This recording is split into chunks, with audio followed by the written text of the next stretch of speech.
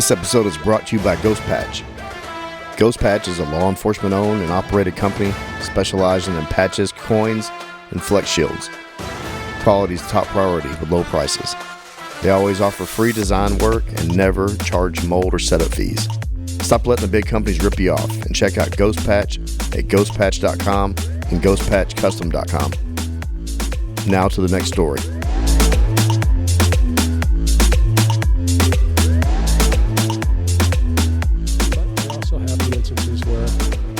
Police officers are being unjustly prosecuted and their lives being destroyed. And we need to find the balance there. You know, the reality is when police officers make that split-second decision to use lethal force, you know, you can't use this hindsight, 2020 to evaluate them by. It's objective reasonableness. Would an officer with similar training experience under similar circumstances act in a similar way? If the answer is yes, we're good to go. The question isn't, I would have preferred that they have done this, so then therefore, that's not the standard that has to be met. And we have to also understand that officers are going to make split-second decisions under rapidly unfolding tactical scenarios.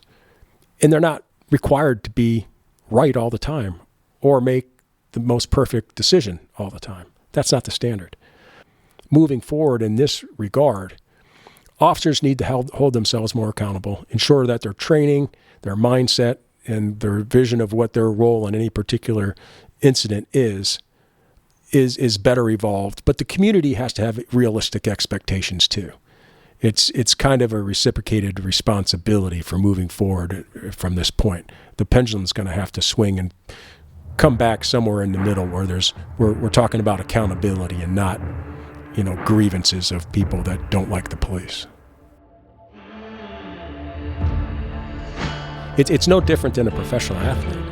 When I was a young kid, the Cleveland Barons, which was an NHL hockey team, and I used to go and watch. And they were doing the most basic things, skating drills and stuff. These are NHL players. It's the foundation. It's the basics. And knowledge is the basics and the foundation of police officers' actions out in the street. I am all about being proficient and capable of defending yourself. I've always said this. You are not paid for what you do on a daily basis. You are paid for, God forbid, what you might have to do. And in order to earn that pay, you better make sure that you're competent. The biggest successes I ever had, and I would say one of them was running the RAMPART gang unit after the RAMPART scandal, was I was afforded the opportunity to select my people. And what they were able to accomplish and what we were able to accomplish as a unit, truth be told, and it's not that I'm being humble, I'm being honest, it's not a reflection of me, it was a reflection of the personnel that I chose. You're listening to the ATO Bridging the Divide podcast, brought to you by the Assist the Officer Foundation. Since 1999, the ATO has given assistance to the first responder community, and now we want to give them a platform to hear their incredible stories. We also want to hear the stories of the many people that support us. Our community is small, but it is strong. We have differences. We don't always agree, and we all make mistakes. But together we can grow, we can heal. And we can learn from those mistakes. And together we can bridge the divide.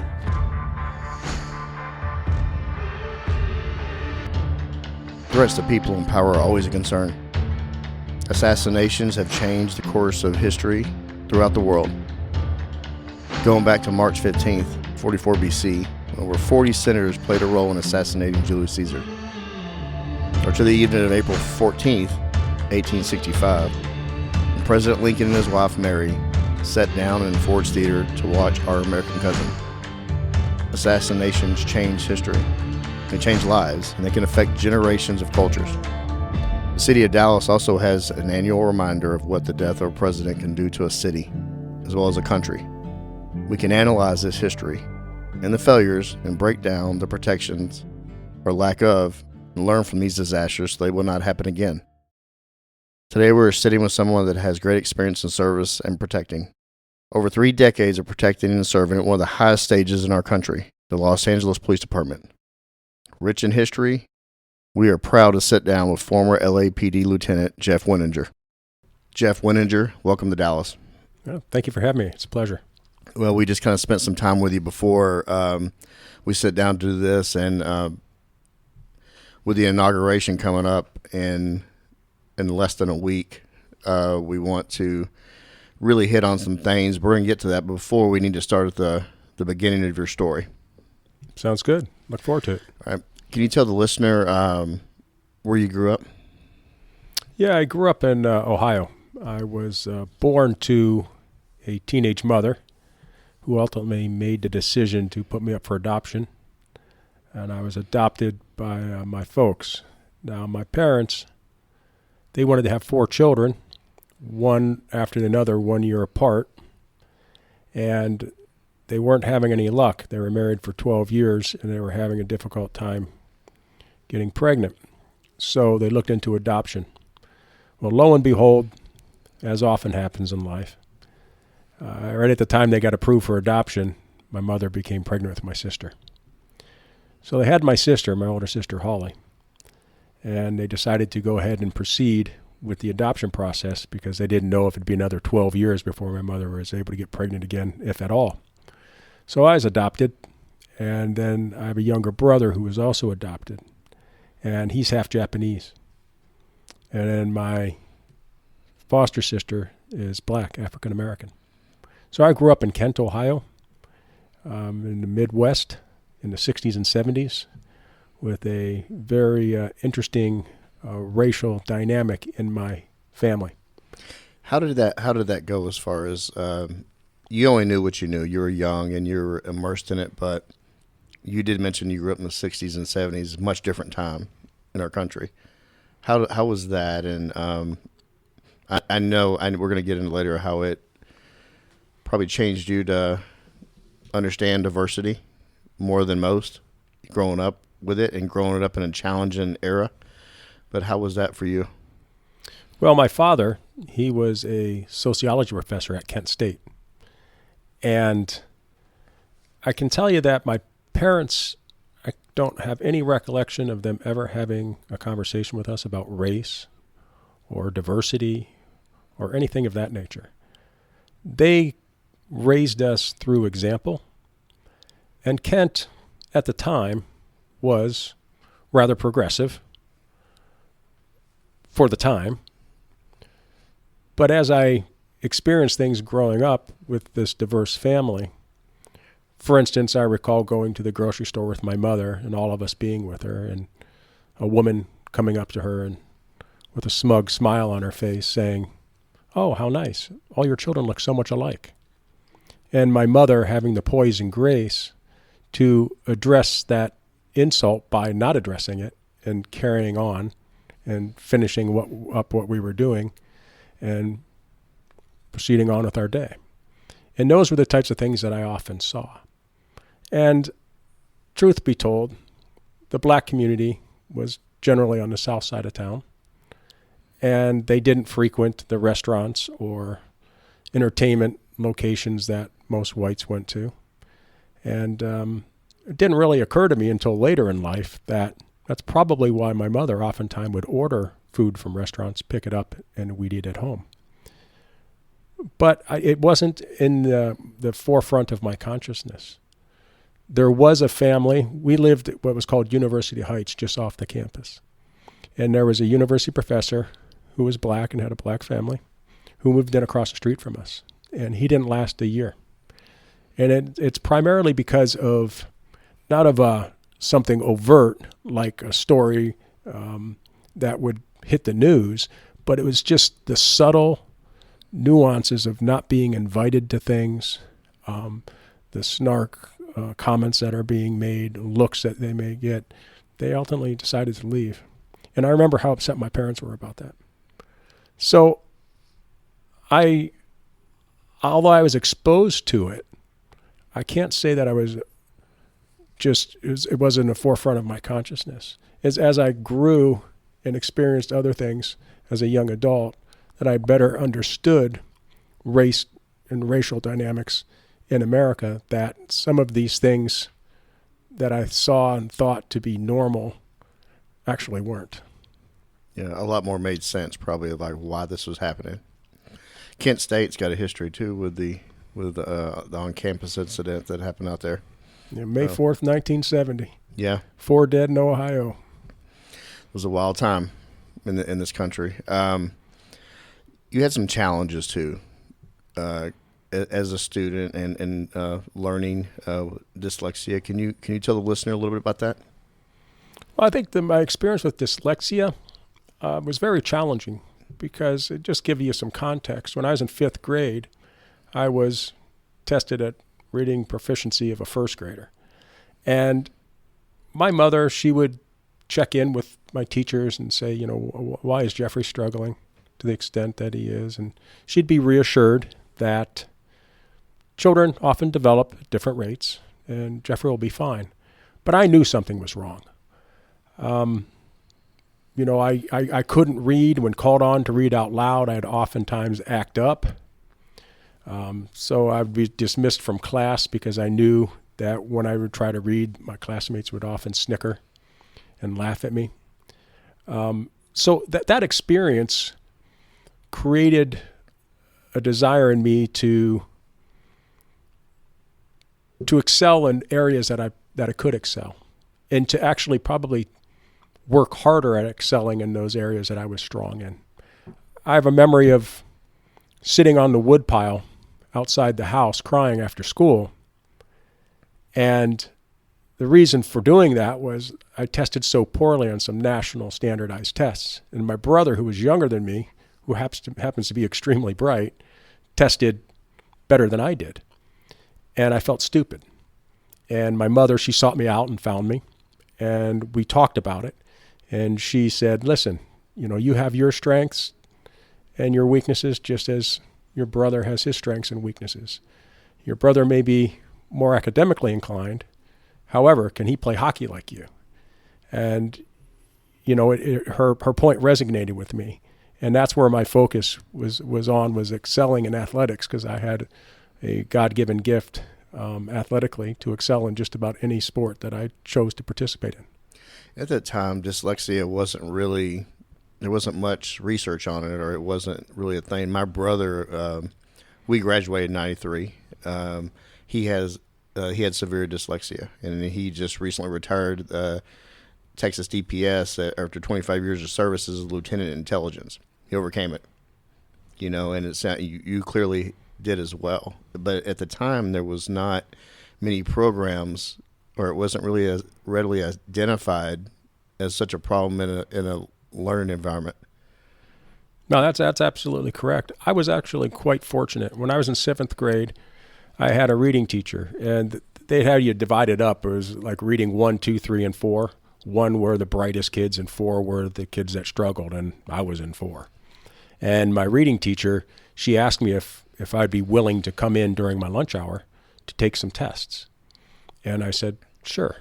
And her suspicions were confirmed with the results and the fact that I have dyslexia.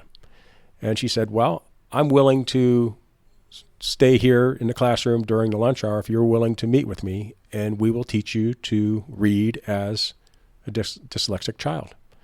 And what a gift. Because like you said, that wasn't commonplace. This was a woman who had some expertise and knowledge in that area, and she took it upon herself to go above and beyond what was required of her to ensure that I was able to maximize my potential as a student. And it changed my life forever. I was able to learn how I learn and how to navigate my academic future with my challenges in reading. And I ultimately was able to master it and go on to college and graduate and have a very successful career. Yeah, I was reading about your hockey career, and you mentioned that as far as just had an athletic gift. But also I know from playing sports that it can build toughness and resiliency. Can you talk a little bit about that? Well, sure. When I was growing up, I did have this talent that was identified. And as a result, I played my youth hockey on a AAA traveling team with teammates that were 3 years older than I was. So not only were they more mature, but they were larger, stronger, faster. And I had to learn to adapt, and I developed to become stronger, faster, and more mature, just as they were. And that opened up a lot of doors for me. So at 16 years old, I left home to play junior hockey in Canada, because as a freshman in a freshman in high school, the colleges were already recruiting me. And they said, you need to get out of Ohio. You have maximized what it can offer in your hockey development. It's time to go to what they call a hockey hotbed. And that's when I made the decision to go play junior hockey in Canada. And that was, you can be 21 years old and play junior hockey, and I was 16. And there was a lot to learn, because hockey was much different there than it was in the United States. It's a religion up there. Yeah. No, it's huge. It's the country that developed the game. And, and ultimately I had played with a bunch of university professors' sons. We were much more apt to play the game through finesse than the rough and tough and fighting dynamic of the North American hockey in Canada. So that was eye-opening. So when you were younger, you played 3 levels up, right? Three age groups up. Is what you're saying? You were 3 years younger than the other guys playing? Yes, 3 years younger than the other guys, yes. And you said at that point you had to learn how to compete with those guys. But usually if they put you up into that level, you're already on that level fairly much, right? I mean, you're pretty close to the same level as them. Was that by design they wanted to put you up because you were better, or was it a necessity that they didn't have a team your age? No, there were teams my age. I was good enough to play with them. And the challenge is that I was younger, so I had to work that much harder, right, which made me that much better. And, to be honest, I'll tell you about the hockey team I played on. It was called the Ken Akron Traveling Hockey Team. And we played all over the United States and Canada. And we actually went to Simcoe, Ontario. We were the first American team to win a Christmas tournament there. They hated us, because the American team comes to Canada and wins a Christmas tournament. And, I had my centerman went on to play in the NHL. And we had 12 guys on the team. 2 of them were goaltenders. 10 of us were skaters. And like 7 played Division I college hockey on scholarship. That's incredible. We had a heck of a talent pool. And I was able to be blessed enough to be part of that team and to be able to develop and maximize my potential as a result of that. So after that, when you were about 11, 12, 13 years old, did you ever play against people your own age again before you got to college?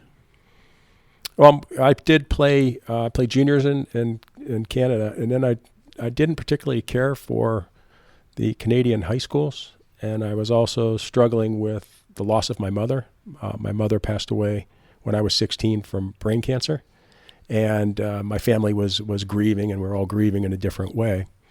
And I did make the decision to come home before the season was over, because I felt a stronger responsibility to my family, and I felt that my hockey progress and everything had to take a back seat to making sure I was there for my family members and working through the grief of losing my mother.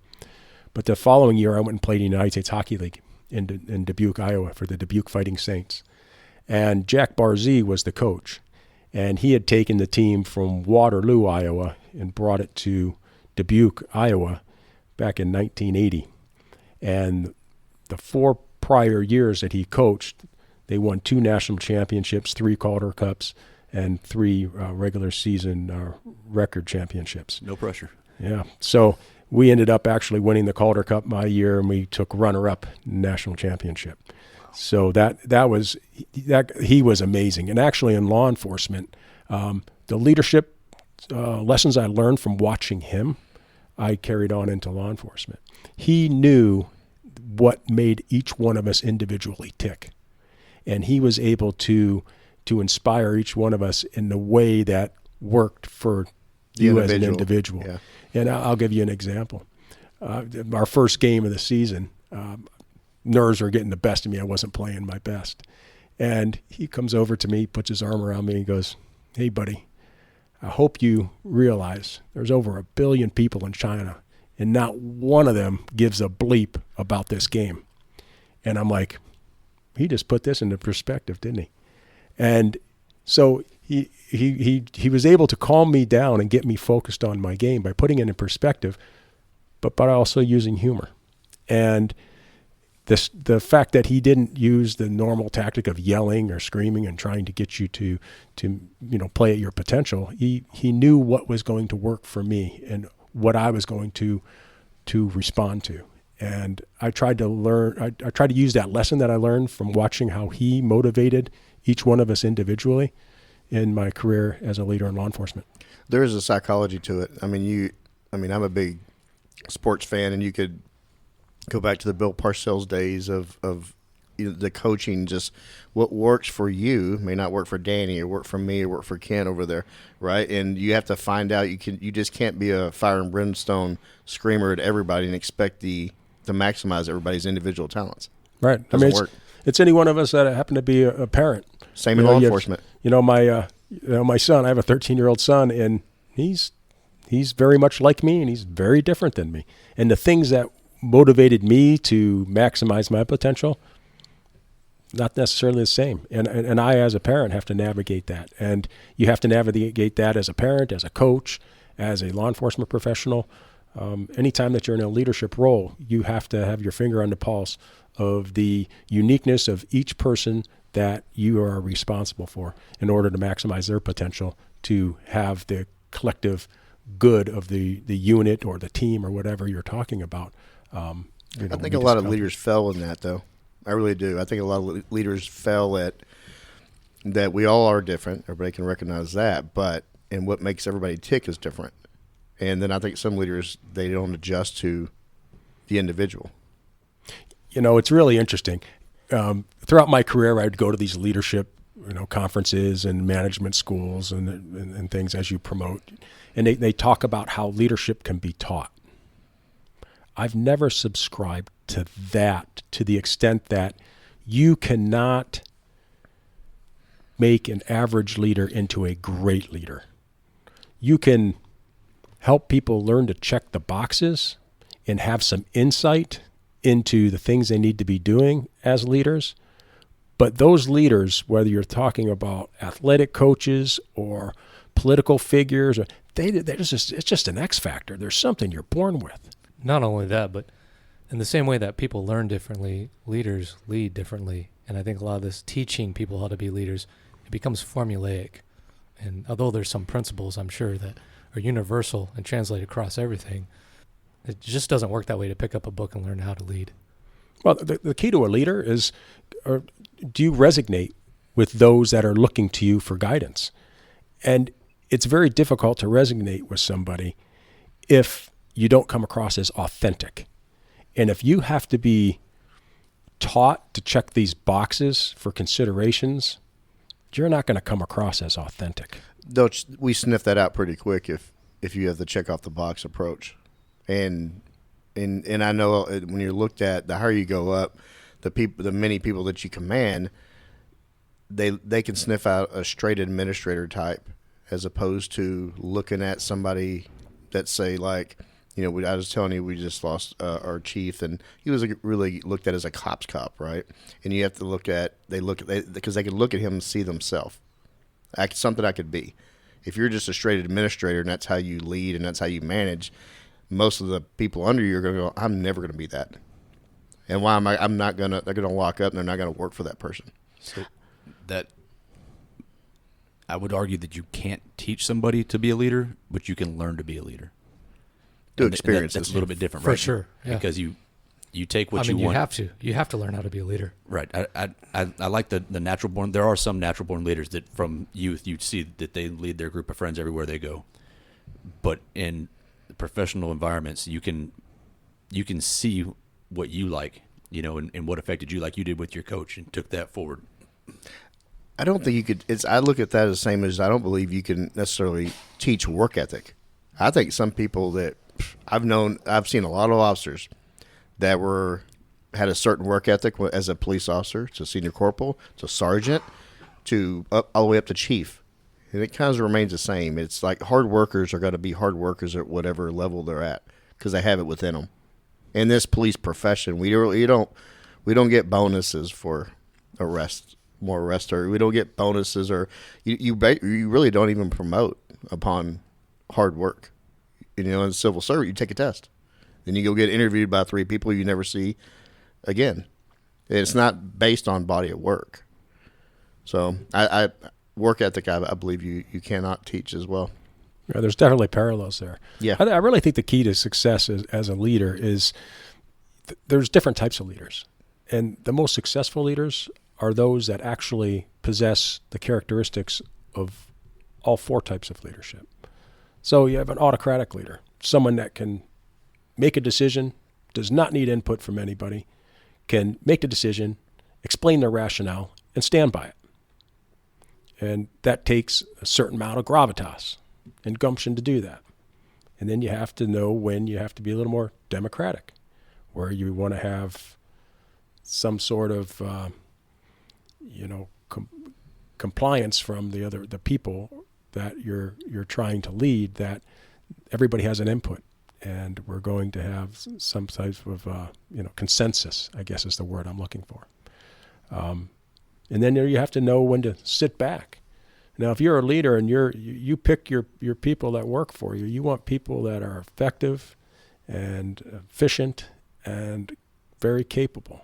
And it's your responsibility to put them in a position where they can succeed. You don't necessarily have to be telling them how to get there. And that's laissez-faire. Sit back, watch it happen. Let them, develop. Let them utilize their ideas and attack issues and problems through their lens or their paradigm in which they see things through, and let that evolve. And that's so important. And it not only in being effective, but whenever you're a leader, you got to be thinking about your succession plan. Are you developing the next level of leaders? And that's where you have to allow that to happen. You have to trust in your ability to select people that can successfully fulfill that role. And it's just your job to help them facilitate what it is they need. The biggest successes I ever had, and I would say one of them was running the Rampart gang unit after the Rampart scandal, was I was afforded the opportunity to select my people. And what they were able to accomplish and what we were able to accomplish as a unit, truth be told, and it's not that I'm being humble, I'm being honest, it was not a reflection of me, it was a reflection of the personnel that I chose. If anything I did, I chose the right people. What happened from that point forward was just me supporting them. I want to get into your decision to go into law enforcement. Your father had a sociology background, and you're up there in Ohio, and you decide to get into this profession. What led you there, and especially what led you to L.A.? Well, it's an interesting story. So like I told you, I was a hockey player, and it was Labor Day weekend. I was 20 years old, and one of my teammates and I decided to go out and have a few beers, because back then we were drinking age at 20 years old. And the bar we were at closed, and everybody was being forced out and flooding onto the sidewalk. And then everybody started flowing into the street, to include myself and my buddy. There's this car full of 4 girls trying to meander their way through all the people that were in the street. And my buddy thought it'd be kind of cute if he would prop himself up on the hood of their car. Well, the girl driving the car didn't really care for that, and she sped up and then slammed on the brakes. And as he fell off the hood, he snapped the antenna off the hood of the car. It kind of gives you an idea how old I am, back when they had antennas on the hood of the car. And there's a police officer that saw this, came down, grabbed my buddy, handcuffed him, put him in the backseat of the police car. Now, I'd had a few beers, but, I had my bearings about me. And I thought, well, I need to find out where they're going to take him, how long it's going to take to process him, and what is it going to cost to get him out of jail. So I approached the police officer, and he was rather belligerent with me. And he made it very clear if I didn't get back up on the sidewalk, I was going to jail as well. Well, I listened. I got back up on the sidewalk because I saw that this communication wasn't going to go anywhere. Lo and behold, shortly thereafter, 2 other police officers roll up, And the original officer points at me, and the two officers just showed up, comes up to me, and they address me, ask me for my identification. And as I reach for my identification in my wallet, my back pocket, they proceed to beat me. And they beat me pretty good. Split open my chin.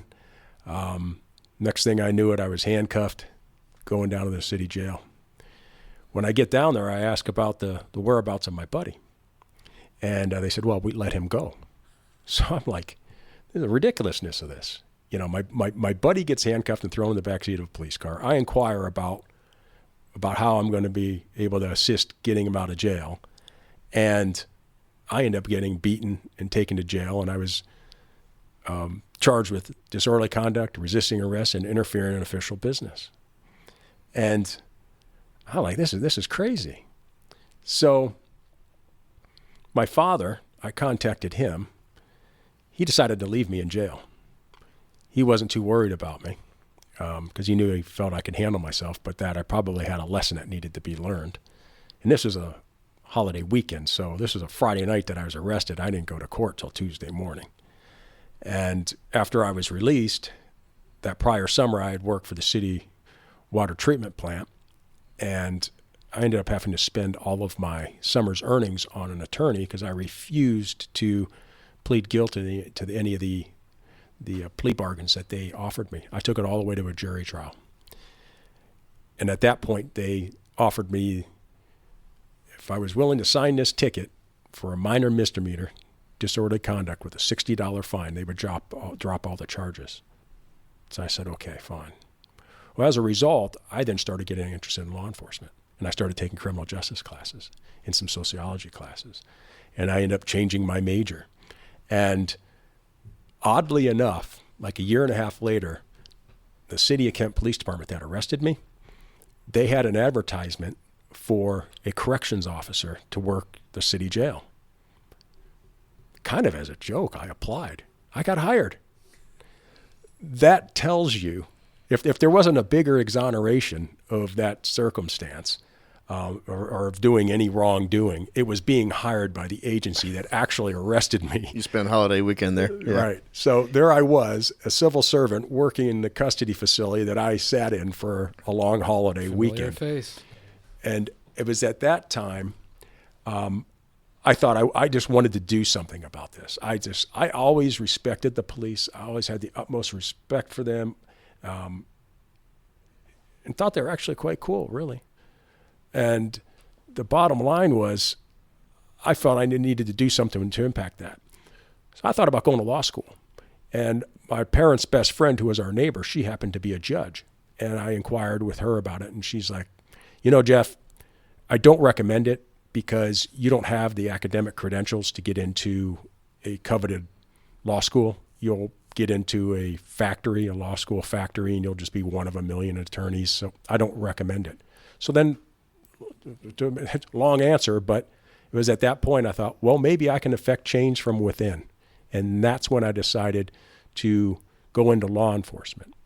And it was at my father's urging, I was at the place where I was going to, okay, it's time to start looking at working on my PhD. And my father said, son, you should go get 5 years of practical law enforcement experience.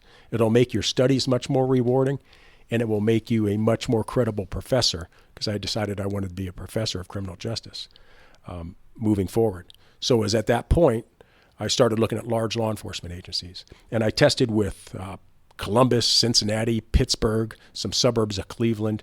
And you get on, at the time, this was the late 80s, you could get put on a hiring list, but they weren't actually hiring because there was kind of a recession that was hitting a region of the country in the Midwest. But out west, in California, they were hiring hand over fist.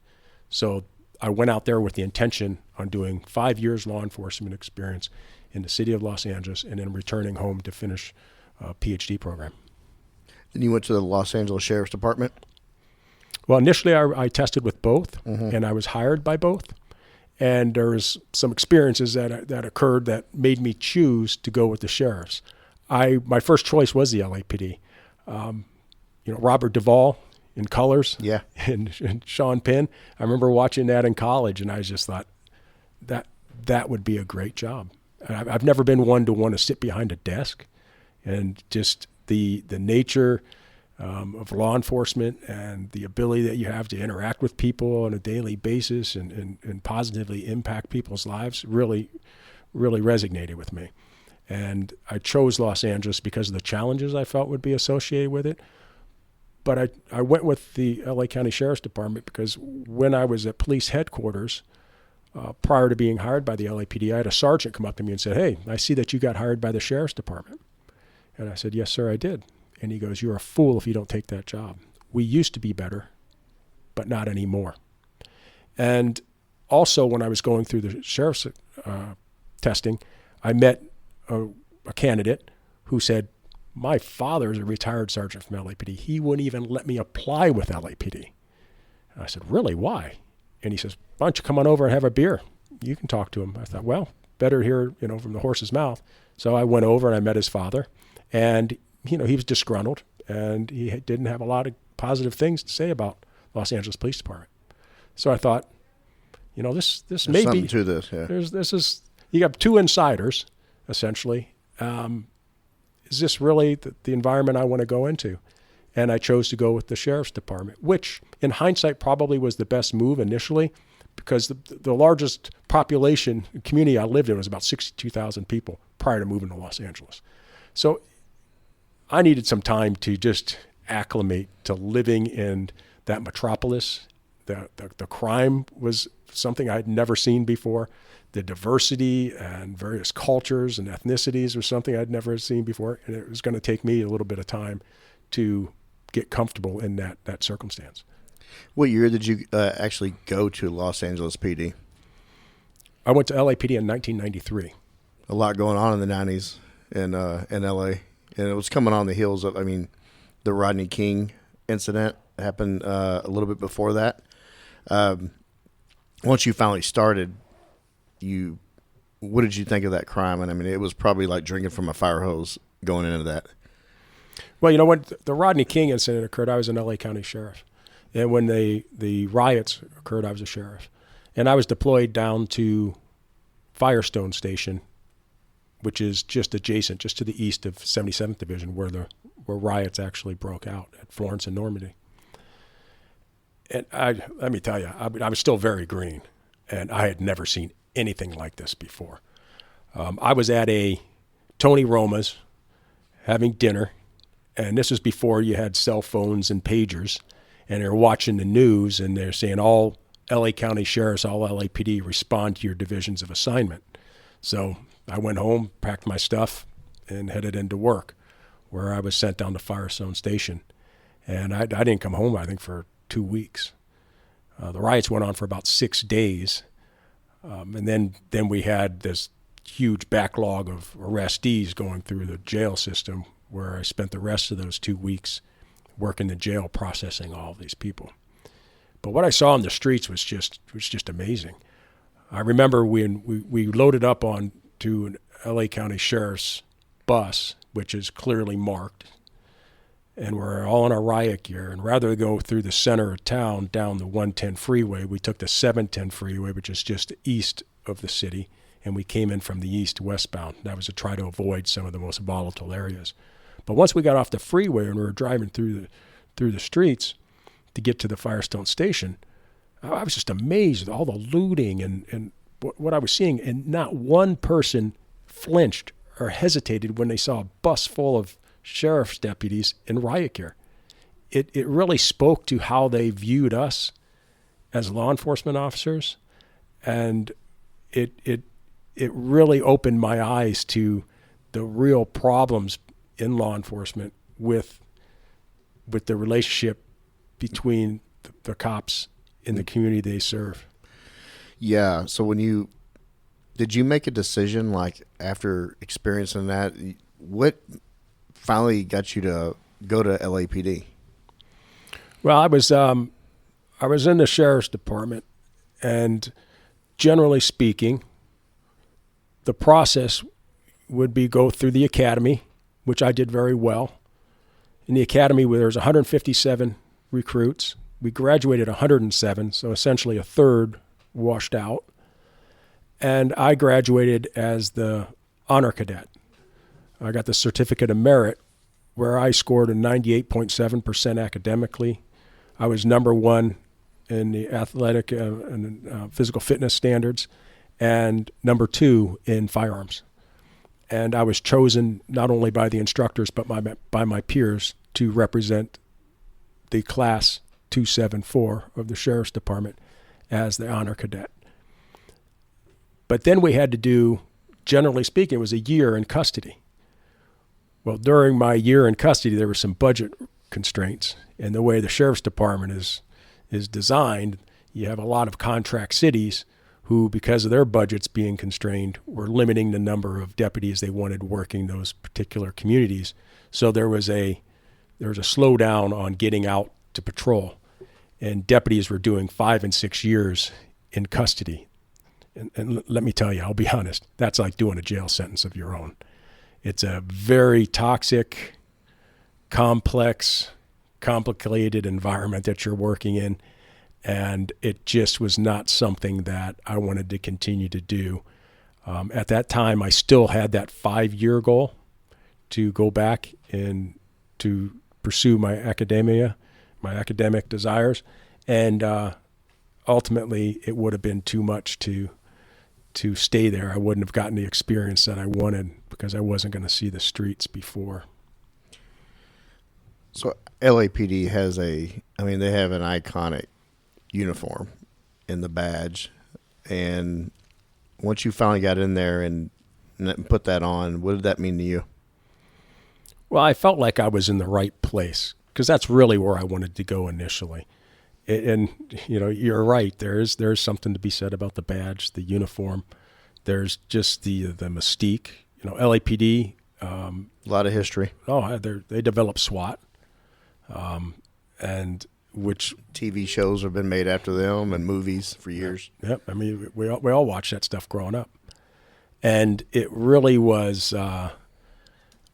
It really felt like I was in the right place, but I also acknowledged the challenges because I went there after the riots, and to be honest, it was a very, very toxic relationship that law enforcement had with the communities they served at that time, especially down in 77th where the riots broke out, and that's where I went to go work. Right after I went through, it was called a lateral academy, where if you had prior law enforcement experience and already had California post requirements, you just went through 2 months of training, so you learned LAPD policy and procedure. You had to check the box of being able to demonstrate you're proficient in firearms and defensive tactics, and then they basically sent you out to whatever division you wanted to go to. And my personality, I'm like, well, send me to the fire. I want to go see what I can do. I want to test myself and go to the most challenging division. And I felt at the time that was 77th Division where the riots broke out. And, very early on, I remember, I'll tell you this story. I had a partner that I was working with just for that one day. In our car deployment, you'd have 3 officers that are assigned to a basic car. And the idea is you're to have 2 of the 3 working on any given day, but sometimes that doesn't actually work out. And on this particular day, my 2 partners weren't there, so I was partnered up with another odd partner. And we were driving down the street, and we saw this couple. It was a white male and a black female. And he says, my parents taught me better than that. And I go, what are you talking about? And he goes, my parents taught me not to have sex with animals. And I'm like, interesting. I'm male white. And at the time, they used to call me the Terminator. He still was built like Arnold Schwarzenegger because I used to, lift a lot of weights and stuff. And I'm like, just because I wear this uniform and perhaps, stereotypically may be viewed by the way I look to have these types of views. Like we spoke about earlier, I came from a very diverse family. I was actually dating a black female deputy sheriff at the time. And he didn't know any of this, but for him to just outwardly say that sort of thing, I felt was just a reflection of the systemic issues within law enforcement. Speaking of issues within law enforcement, particularly that department, there is there's been many scandals in the history of LAPD, even going back to the 50s. But the Rampart division, there was some, I mean, there was like organized crime going on within that division, and it wasn't just the racism. It wasn't just whipping people's ass for out on the street. There were straight up crimes that were going on in that unit. Can you describe? You talked about you took it over after everything broke, but can you describe some of the things that were going on? And before you get into that, can you explain what it actually was? What Yes. was the crash unit? That's what I was just going to say. Yep. Like for We got a lot of younger a listeners. lot of younger generation that doesn't know what Not crash quite is. as old as And Joe. Yeah. On a side note, if you have a crash patch, I'll trade you a Dell SWAT patch. No, so CRASH is Crime Resources Against Street Hoodlums, and that's what it stands for. And it's a unit that Street hoodlums. street No, hoodlums. that's that. We have much more politically correct names for our acronym teams these days. Yeah, we'll call that a clue that there was a problem. Yeah, hoodlums. Yes. Well, what it does is it really speaks to being self-aware as a law enforcement agency, that you're going to be calling people that you're focusing your enforcement activity against as hoodlums, and that's just another. People may look at that as minor, but my father used to always say, if you watch your pennies, you don't got to watch your dollars. So basically, what had happened was it's the Rampart crash scandal, the Rafael Perez scandal. It all started with a bank robbery, and through the investigation of this bank robbery, it turned out that Officer David Mack, who Rafael Perez, who was assigned to the Rampart gang unit, had worked narcotics prior with, had committed this bank robbery with two other individuals. Although they weren't able to tie Rafael Perez into this, the assumption is that he was part of that bank robbery. A couple days after the bank robbery, he went to Las Vegas with David Mack and one other individual. But ultimately, in doing all of this, there was an investigation that determined that Rafael Perez was stealing cocaine out of evidence lockup. And he was selling it on the streets through a girlfriend for personal profit.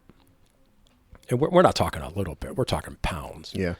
And he was taking Bisquick and swapping out the real cocaine with Bisquick, thinking he was going to get away with that. But when they were finally able to prove that this was him, they were able to lean on him, and he started giving up everything, and they gave him immunity short of murder. Wow.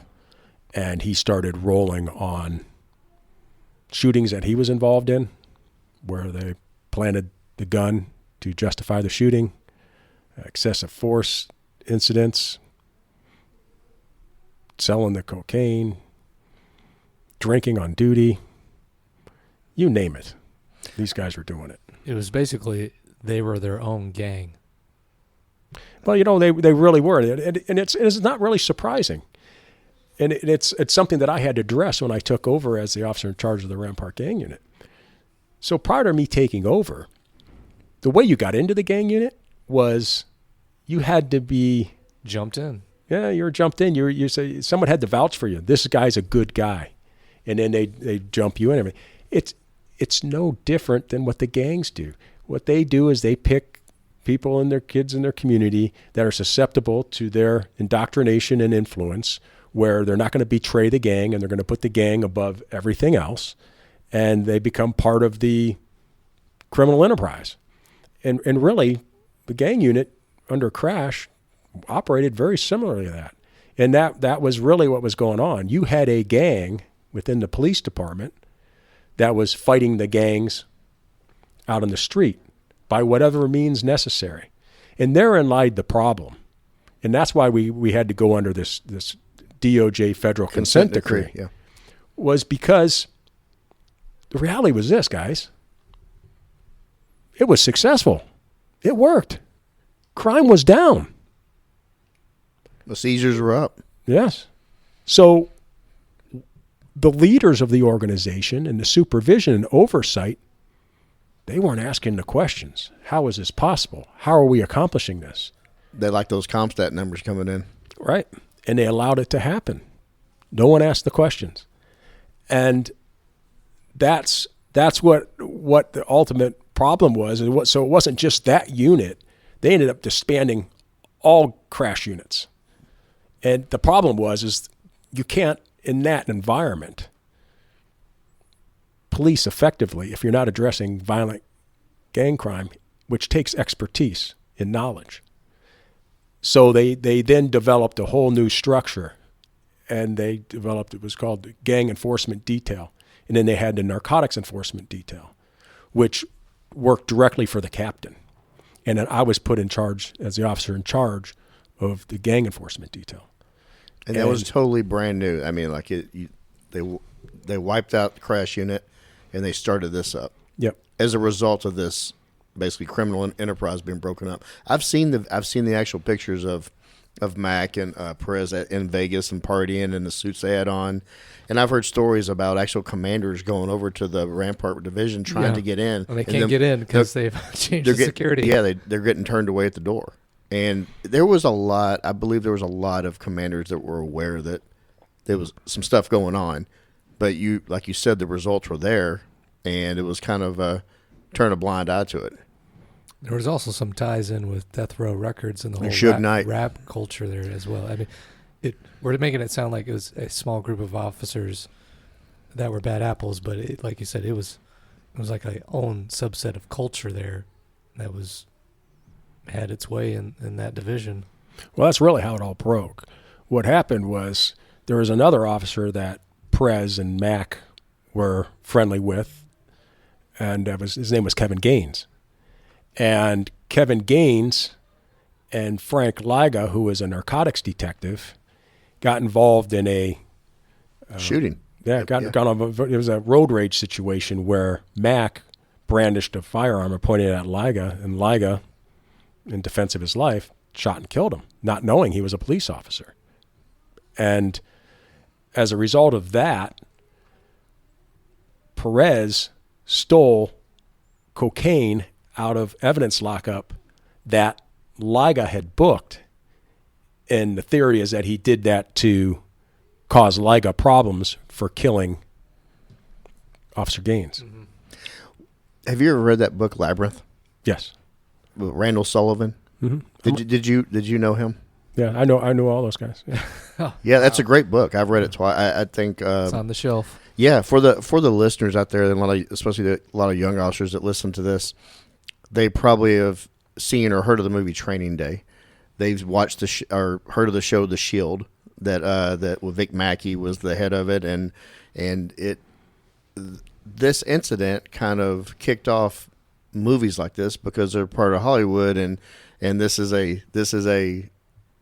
a filthy, sexy story, and there's been major motion pictures made off, they're based on kind of true events. And it's been glamorized, this kind of behavior, and in the end, they're fun to watch. I love Training Day, but there are actually things that were in it that were going on in the LA, and it's not just LAPD that has stuff like this happen. It's PDs across the country. It's just LAPD, Well, really, all of it's really interconnected. You had Tupac Shakur homicide in Las Vegas. Biggie. Yeah, and you had Biggie Smalls. That was in Wilshire Division. I worked Wilshire Division when that occurred. And Snoop, Dre, yeah, all of them. Yeah, it's all interrelated. But there were officers at Wilshire Division that were thought to be involved in perhaps actually the triggerman in the Biggie Small shooting. It just couldn't be proven. And so I'm telling you, Randall, that book Labyrinth is amazing. And in the book, they were talking about some of the commanders they were pushing back on the rabbit holes he was going down. Oh yeah, listen, I'll be honest with you. the one thing that law enforcement needs to fix is its transparency and honesty and acceptance of deficiencies, regardless of how bad they are. And even though the Rampart scandal broke and there's extensive investigation, I know very well a number of people that worked at Rampart Investigative Task Force that were completely squashed in their investigation because it was going down a very, very bad road. And I think what was actually brought to bear is only the surface of what was really going on. That doesn't surprise me. I mean, and Labyrinth Part 2 Yeah. by Jeff. Yep. No, and that's my personal opinion. right, yeah, I'm not speaking for the LAPD. That's my personal opinion based on what I know and what observations I have had in my experience. fair enough. What rank were you? You sergeant that when you took over the new gang unit, or Yeah, I was a sergeant. okay? And your selection process, you said you got to pick your own people. What were you looking? What qualities were you looking for, other than not being a, Perez or? So what were you looking for? Well, I was looking at somebody that had, diverse experience, but that they had interpersonal skills. They were going to conduct themselves with integrity, and that they were open to training and doing things differently, and knowing that there's things that they may not know about themselves It's leadership. that through training they could learn and improve. And like I said, what I tell you, the looks I used to get, the people I would bring in, that people couldn't believe it. Because there was a guy, he had great resume, and but I just had this sense about him. Something's not right. And before I conducted the interview for him, coming into the unit, I do what's called the phone package. So sure, when they turn in their application, they have people that they have as references, but I could care less about them, because obviously you're going to put down people that are going to say something good about you. I start talking to, people that supervise them, people they worked with. You get an idea really about who they are and what their character's all about. So I knew some questions that I really needed to probe with this particular individual. And I asked him a real simple question. So what separates you from any one of these other candidates? And he proceeded to tell me about my willingness to drop the hammer. And he went into great detail about the significant use of force incidents that he has been in. That was not the kind of guy I wanted. Listen, I am all about being proficient and capable of defending yourself. I've always said this. You are not paid for what you do on a daily basis. You are paid for, God forbid, what you might have to do. And in order to earn that pay, you better make sure that you're competent, and actually beyond competent, in your ability to defend yourself or a citizen from harm or death. And that's what it's really all about. And those that are capable of that, the saying, those that can do, those that can't talk. And really, he just rubbed me the wrong way.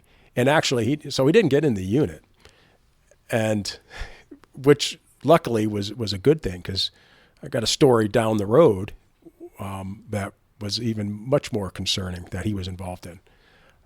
But my instincts were spot on.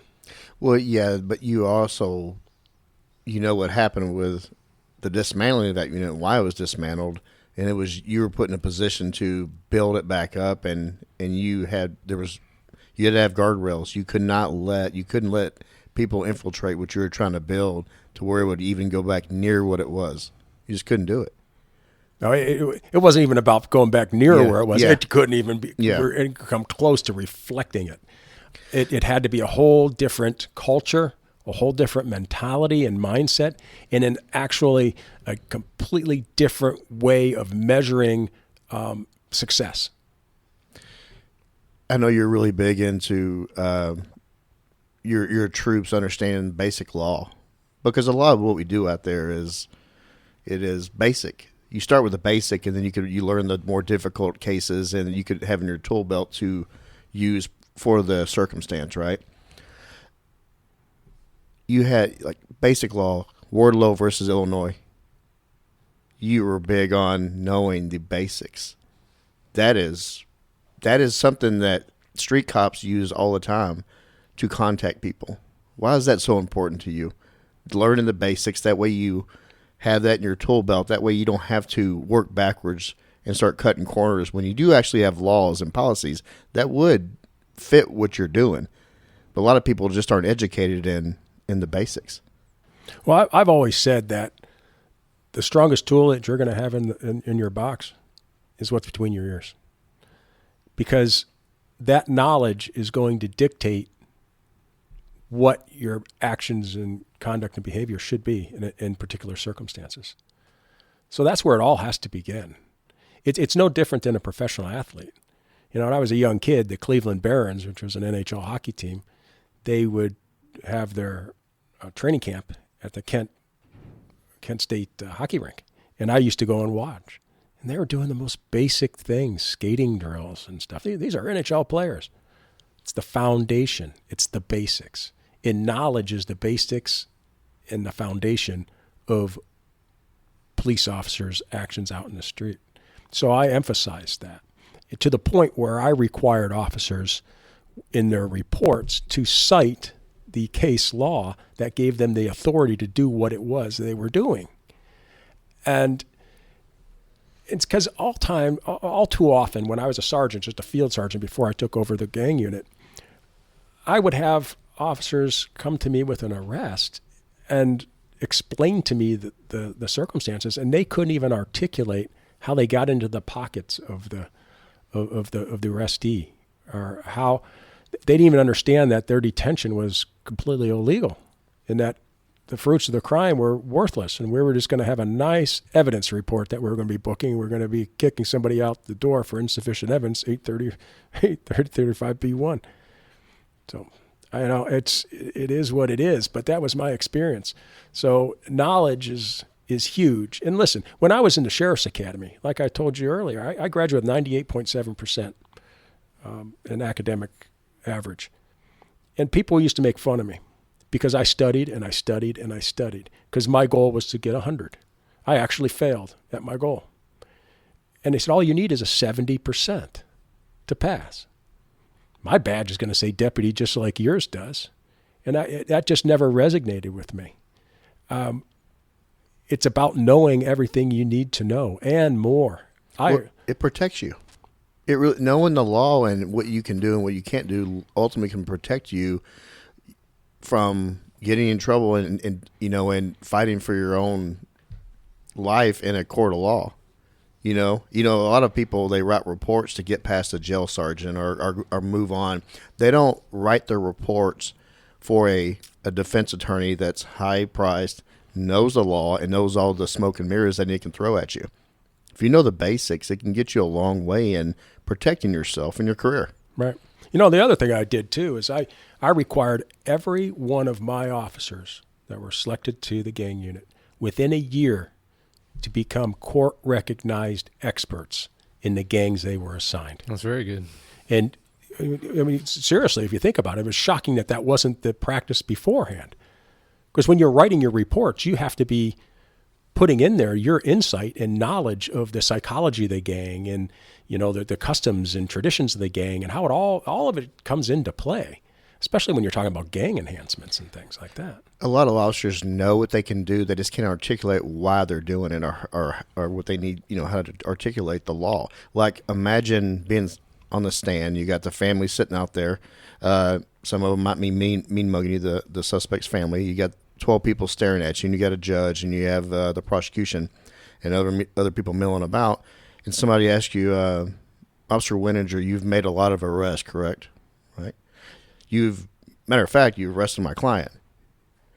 Actually, you had probable cause to effect this arrest, just like you had to do in any other arrest you've had. Officer Wenninger, what is the definition of probable cause? Yeah. Imagine having that. And it's basic, and you know it. You know when you can do it, but you don't articulate it. I was just going to say that when writing the reports, like Joe's making a point, is officers, even if they get to that point where they write pretty good reports, there isn't that forethought of where does this ultimately end up, and then ending up on the stand and having to expound even further than the report. And you're being tasked with being a subject matter expert in this, and a lot of officers just don't see it that way these days. No, they don't. You know, and that's where you can look into like AI and how can we apply AI to law enforcement.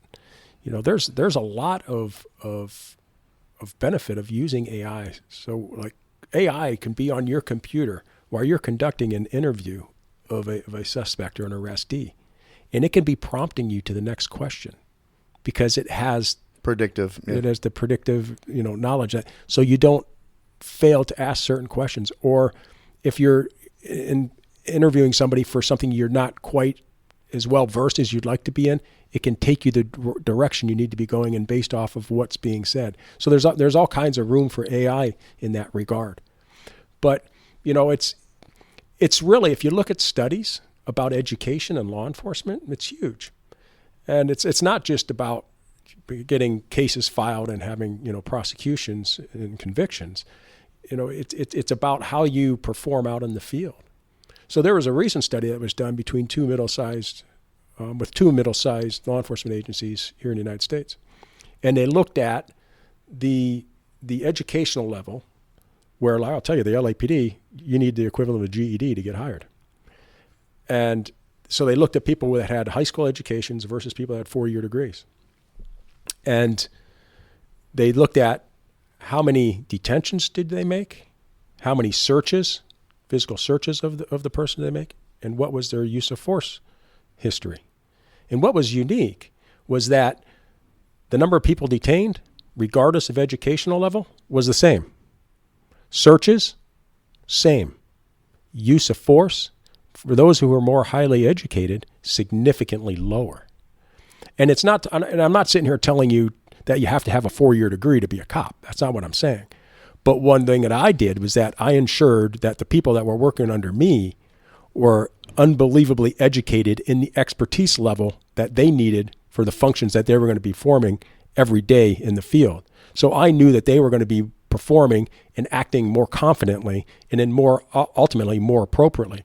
It's really a risk management issue, if anything. It protects you from civil liability, not only the officer, but the city of Los Angeles or whatever agency you happen to work for. Jeff, you just walked us through the Rampart division scandal and you taking over and cleaning that up and building a new unit. You also have a background in dignitary protection. Can you tell us a little bit about that and the challenges of that, and especially in this day and age, we're on the eve of another presidential inauguration, and with this particular president-elect, the cultural climate and the social climate, it's going to be very challenging for the Secret Service and anybody else that's involved to protect these dignitaries. Well, my experience in dignitary protection began with the Los Angeles Police Department. As a police officer, I was assigned to Metropolitan Division, and that is essentially a special forces of the department, the SWAT, the K-9, have line platoons that do high-risk warrants and crime suppression details, and do oftentimes the significant tactical training of department personnel. And while I was working there, the other function that we did was dignitary protection. Now, why did that come to be? Well, Robert Kennedy was killed at the Ambassador Hotel in Los Angeles. And when he was killed, LAPD was not working in conjunction with the security detail. It was a private security people he was paying. I think it was a number of former NFL football players. And not only do you have Robert Kennedy who dies and you have to deal with that trauma and the trauma to the country, but you have the trauma to the city of Los Angeles and the black eye, similar to what you have here in Dallas. Dallas will always be known for the assassination of... Losing a president. Yeah. And so as a result, the LAPD and the city officials in Los Angeles said, never again in the confines of our city. And we will see to that because we're going to have a vested interest and involvement in all security details, dignitary details. So, working Metropolitan Division, I worked hand in hand, standing shoulder to shoulder, boots on the ground, with the Secret Service and the State Department. Anytime the president, vice president, or any head of state came to the city of Los Angeles. And it was through that experience that I was able to develop my expertise and knowledge and effective planning and coordination and communication and corroboration in getting this very difficult task done. What rank were you at this time? I was a police officer. Okay. What are some of the challenges? We're going to get into the attempt assassination of President Trump in Pennsylvania, but L.A. is a massive city, a massive county, and you have a lot of visitors, but you also have a lot of local celebrities, probably more so than any other city when it comes to professional sports players or dignitaries from all sorts coming in. Talk about learning from that kind of experience and protecting those type of people and all the challenges that comes along with it in a city that size. So what drew me to the Los Angeles Police Department was the specialization of the organization, wherein you can find your niche, what you're passionate about, what interests you. And I've always said that if you go through a career with the Los Angeles Police Department and you don't develop some expertise that you can parlay into something outside of working for the department, you've really missed an unbelievable opportunity. And for me, that was dignitary protection. I started my own security company, Guardians International, wherein it provided significant security measures for prominent musicians that traveled the world.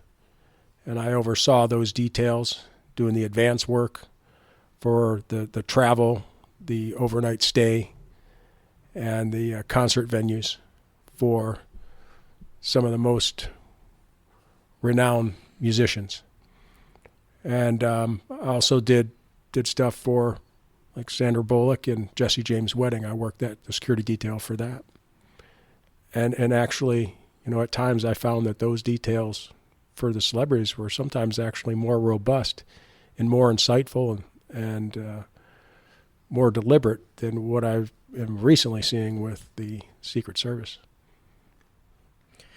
Speaking of that, it's easy to look back and armchair quarterback anything in history, and especially in the police profession, really anything. Look at sports; they go back and watch the tape to see where you had failures and when you could have done some things better. Back in Butler, Pennsylvania, can you kind of walk us through what you saw, what happened there, and where the failures were? Well, in identifying the failures in Butler, you have to look to the past. So let's look at the circumstance here with John F. Kennedy, his assassination here in Dallas. He was assassinated during a very polarizing period of time. You had the Cuban Missile Crisis. You had the civil rights issues that were going on. You had the very early beginnings of the Vietnam War. And it was that political climate in which that assassination occurred under. Now let's fast forward 61 years later. You have Donald Trump, who's a very polarizing individual, where half this country arguably hates him. You had the external threat against him by Iran. We have the war in the Middle East. We have the war in Ukraine. We have this worldwide economic uncertainty. And you have the upcoming election where there's people that are concerned if he were to be elected president for a second term. So what do we have there? We have similarities in the climate, the political climate at the time, which should be raising red flags. The other similarity that you have is the reason that JFK was here in Dallas was to try to improve the relationship between then Senator Yarborough and the governor Conley. And he thought it important to connect with the people to the best of his ability. And that was what motivated the decision to ride in an open convertible limo, which, under the circumstances of that political climate, may have been suspect as far as judgment. Let's look at the Donald Trump scenario. Under this political climate currently, he chooses to have an outdoor rally, which provides just by nature unbelievably more significant concerns than you do in an inside enclosed arena or a different type of a venue.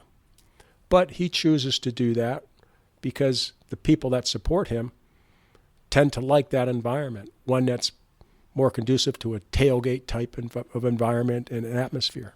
So you understand why he wants to do that. And you get more people there. Yeah, and it does, and that's huge for him. Its numbers were huge for him, Mm-hmm. and so you have all those parallels. And another unbelievably concerning scenario was the assassination of JFK occurred on November 22nd. On November 18th, the news media released the time and the route of travel, which was a 10-mile course that was going to be taken him to the Trade Mart. That gave somebody that's inclined to be a bad actor 4 days to plan and to find the compromised areas that they could exploit. And similarly, Donald Trump, on July 3rd, when the assassination attempt took place on July 13th, notified of the location and dates and time of his rally, the outdoor rally.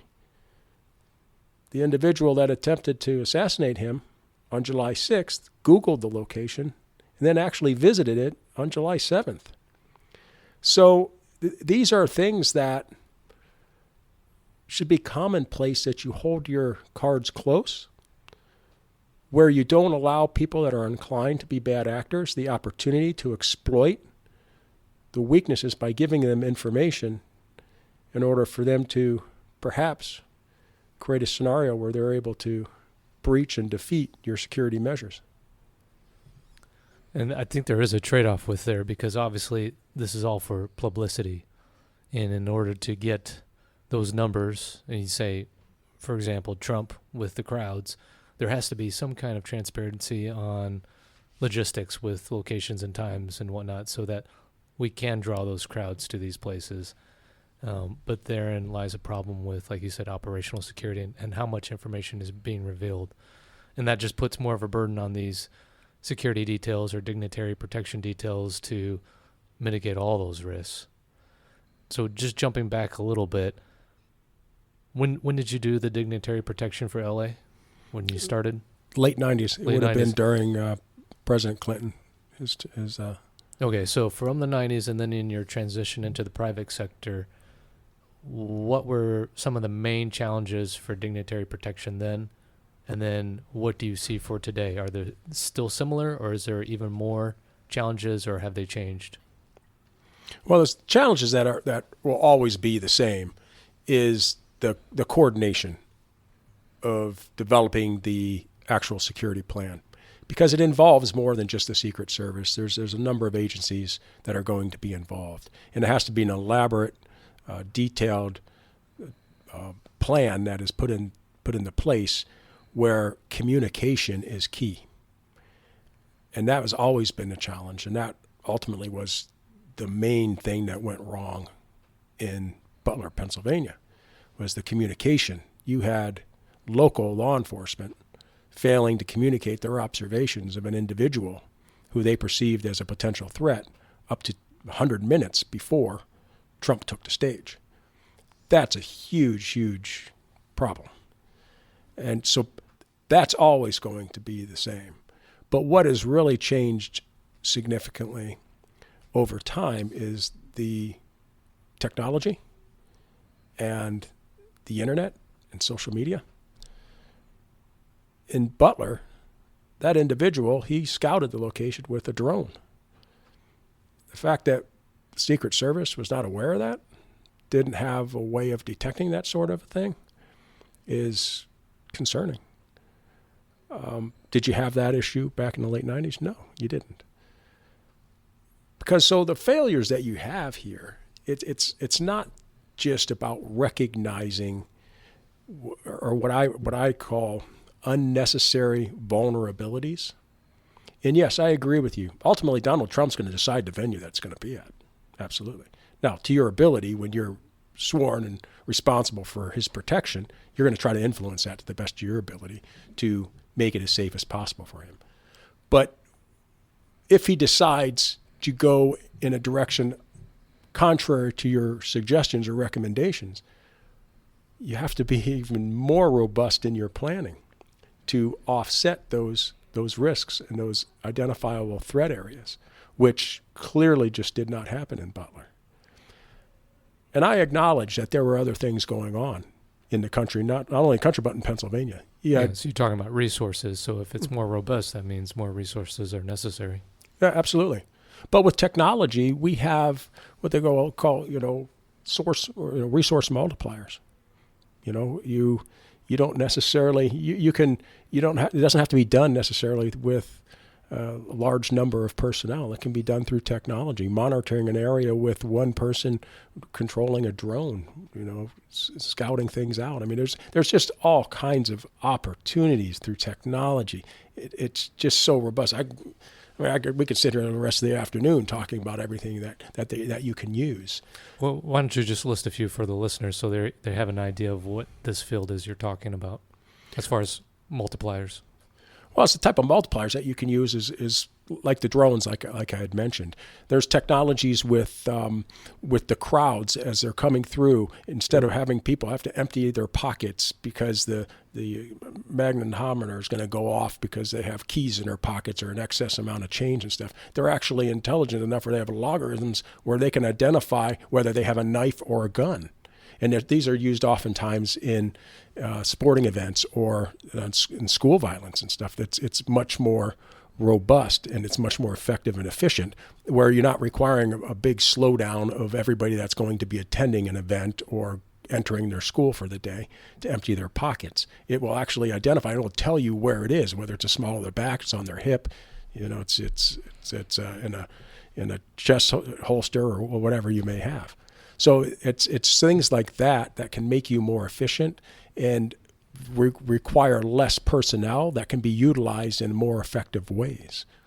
But more than anything, it's about utilizing those resources available to you from outside agencies, whether it's state, local, or other federal agencies that are helping you, but ensuring that you're coordinating what their responsibilities and that you have a hand in that, and that you're not just handing it off and expecting them to effectively accomplish what it is you need them to accomplish without being intimately involved in that planning process. I think there is a prevalent problem of low communication by the agency that has the authority over everything in order to keep operational security, right? So you talk about some of these communication problems. I think there's always been limited communication given to these other agencies that are assisting in regards to keeping them out of the loop of some of the details in order to keep things protected.